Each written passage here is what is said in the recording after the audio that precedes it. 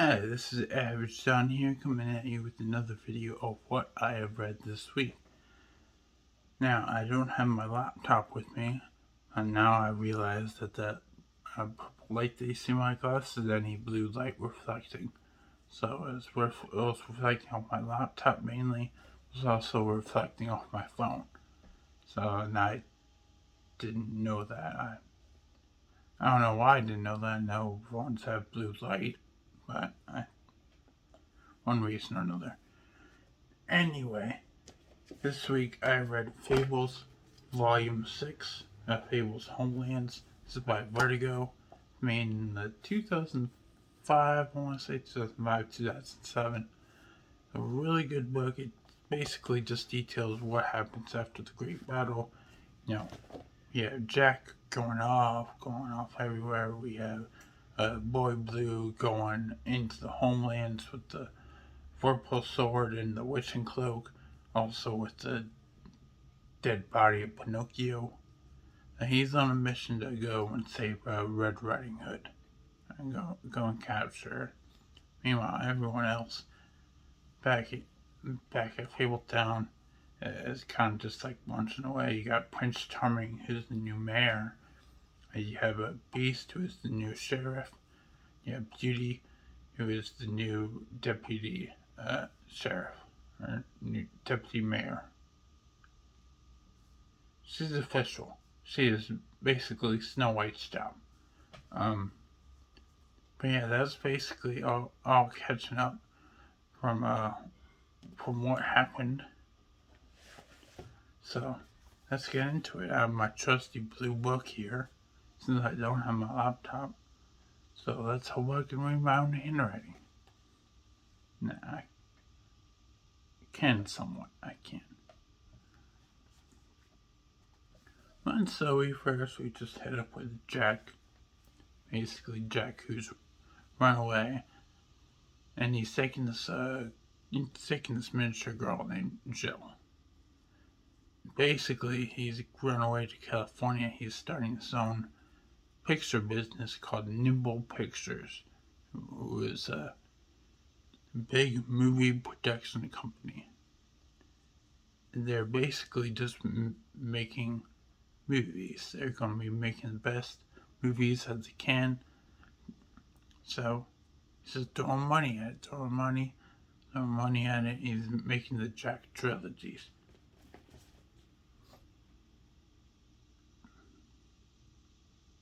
Yeah. And he's basically making them. I'm so sorry. What's this? I don't know why I'm sorry. But he hires this guy named Bernard Steiner to get him introduced to everyone into the movie business. And after he gets acquainted with everyone, he immediately fires him. Then he hires Moss Waterhouse, who is this big shot guy, big shot producer, who gets things done quickly and fast. So he gets him, and he starts going up in the world. And there's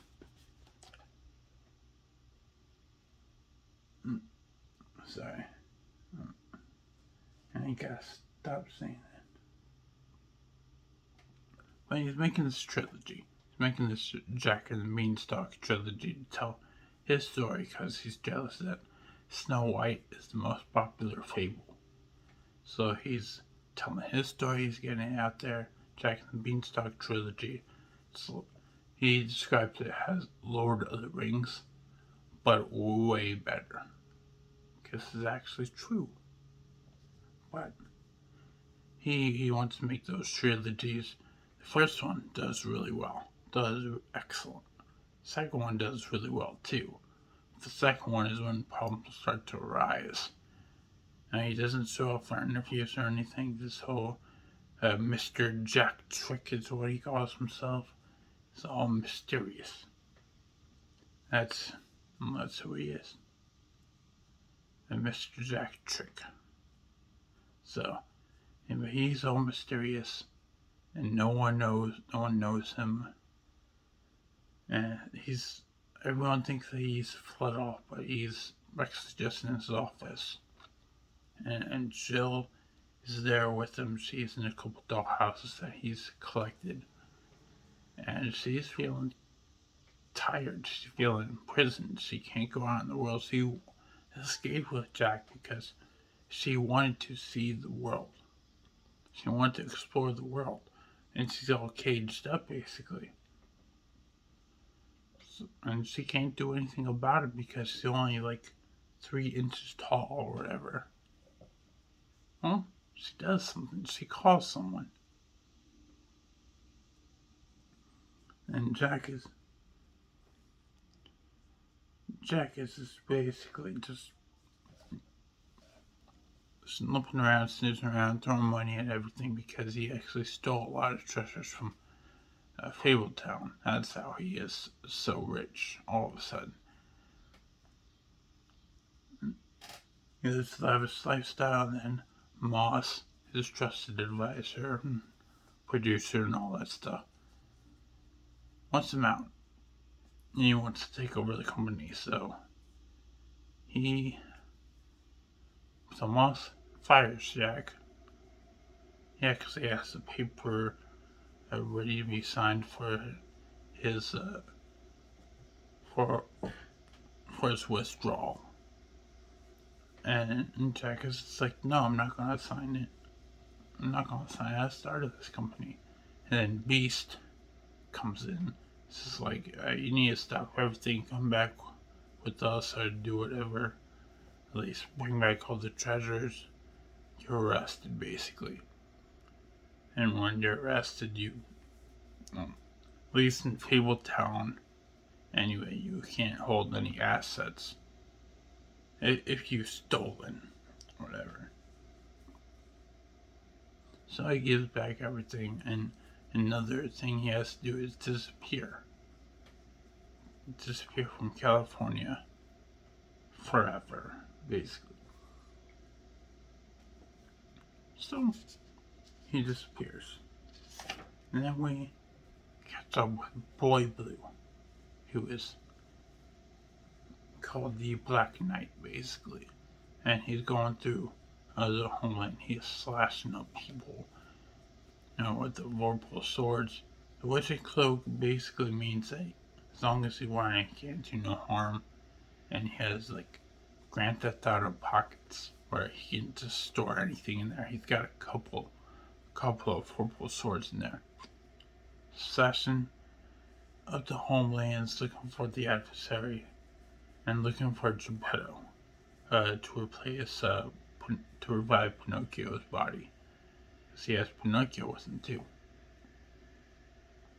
So it goes, he's slashing up everything.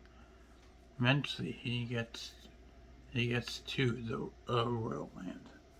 And he gets to meet with the adversary, or the Emperor, who is Geppetto. Geppetto and his famous Snow Queen, who is from Narnia. I think played by Tilda Swinton.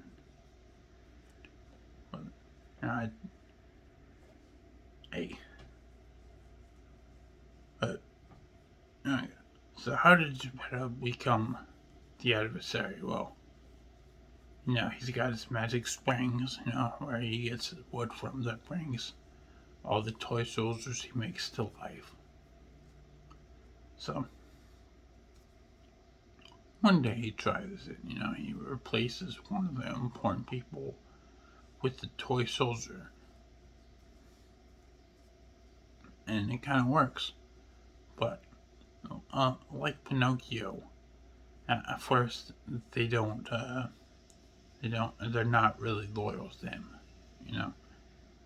The blue fairy's magic didn't affect their loyalty to him.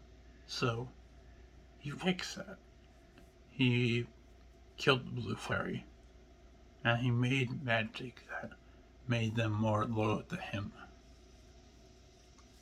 So when he fixed Pinocchio, Pinocchio was more loyal to him. And, but when he did that, he started making a lot more toy soldiers. And they were all loyal to him. And eventually he just started conquering more lands and replacing all the warlords, all the important run-ups, all important people. All important people with toy soldiers that were loyal to him. They all answered to him. They all made their own laws, but they all answered to him.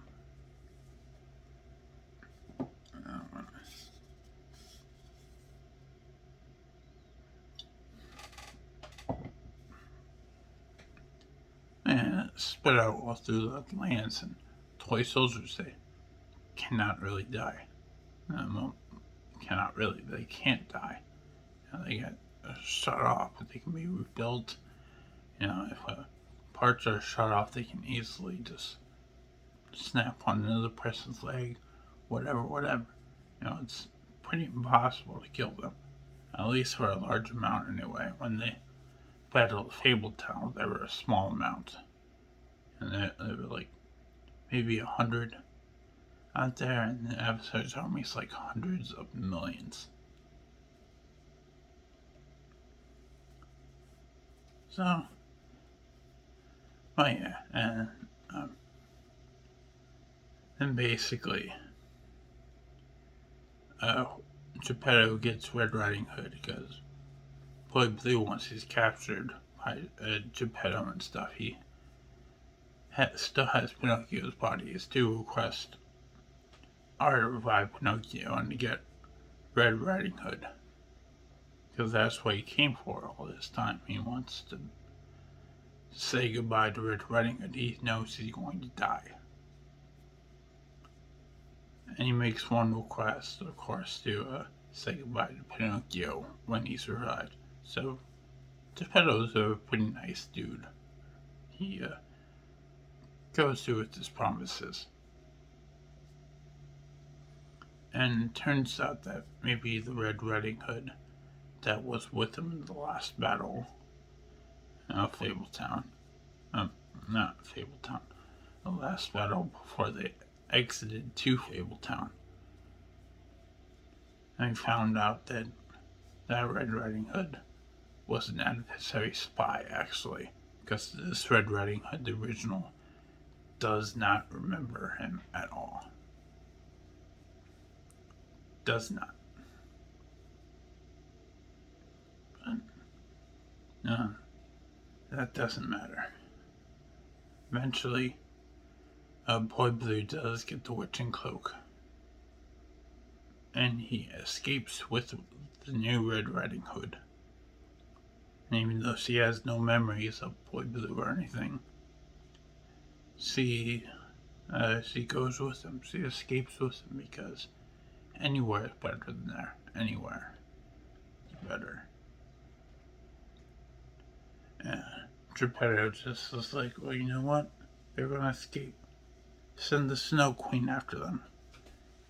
Because they escape, Pinocchio stays, which Geppetto wants is rebuilt. So, yeah, like I said, Geppetto puts the Snow Queen on them. They escape to go back to Fabletown. Everyone's scared that the original Red Riding Hood is Baba Yaga because last issue, Baba Yaga disguised herself as Red Riding Hood. So they're a little weary. And Boy Blue, of course, like I said, he's arrested, but he was also on a secret mission to spy on the adversary. So, alright. And that's pretty much the end of it. Boy Blue goes, and he gets, like I said, he gets arrested. Originally, he was supposed to have the death penalty, but since he was doing mission for the Fabletown government, he was sentenced to only like hard manual labor or something for like a couple months at didn't really get into the specifics, I think. And that was Fables, Volume 6.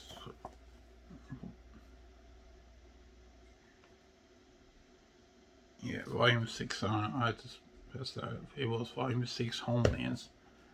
Tell me if you read it, what you thought about it. That'd be awesome. And I'd like to hear what you guys thought about it.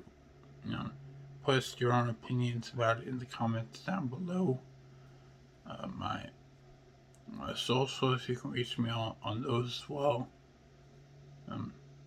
My Instagram is at TRIPL3XXX Mayhem. My Twitter is at Real Average John. My Facebook is at Official Average John. Don't worry if you can't understand me, because they're in the description down below. So, but without any further ado, I will see you all on Sunday with Machete.